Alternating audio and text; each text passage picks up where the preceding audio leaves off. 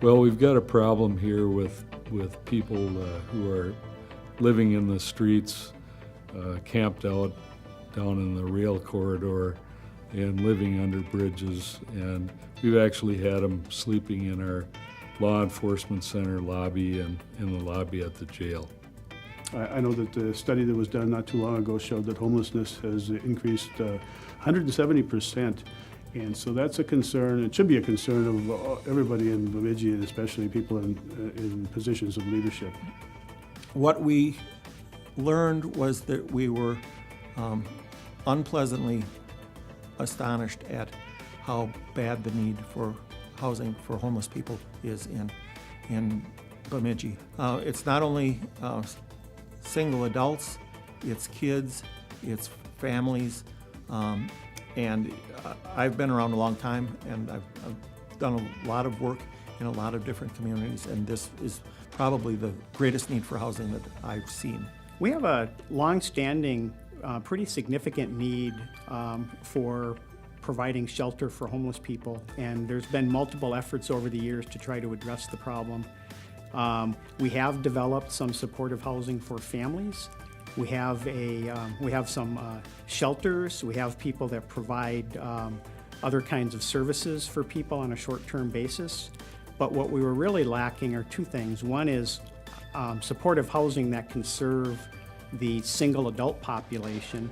And secondly, a niche within that is the ability to serve people that have problems with consumption of alcohol or chemicals that we simply don't have any options for folks that have those kinds of issues. We decided that we would look at building some housing here in Bemidji. And we went to Minnesota Housing, and we talked to our friends at Minnesota Housing and said, you know, this is like homelessness on steroids in Beltrami County, and something needs to be done. And shortly thereafter, the leadership at Minnesota Housing decided to have a dialogue up here.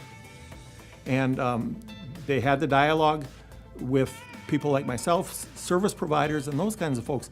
But the meeting before the meeting was with the community business leaders, and they heard the same song from those community business leaders.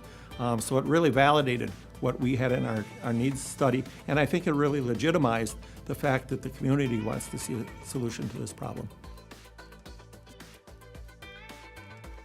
Park Place is going to be a permanent supportive housing apartment building, and the keywords there are apartment building. It will be 60 units in 2 wings, but in addition to the apartments, there's a program that goes along with it, and that program really will focus on helping chronic alcoholics stay housed.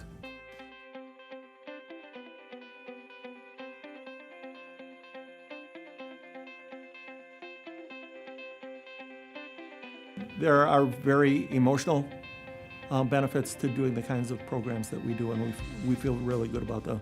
But there are really also very economic benefits to the community. And so when we've done these projects, most times we have bilateral support from both sides of the aisle.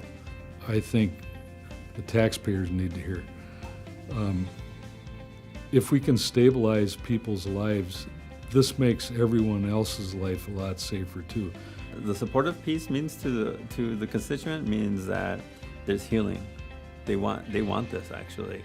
I think the concept behind supportive housing is the fact that none of those things can happen if you don't have a safe place to live first. And so this is really the model. It's providing housing first, and then wrapping around all the services people need for success secondarily once they have the stability from the shelter.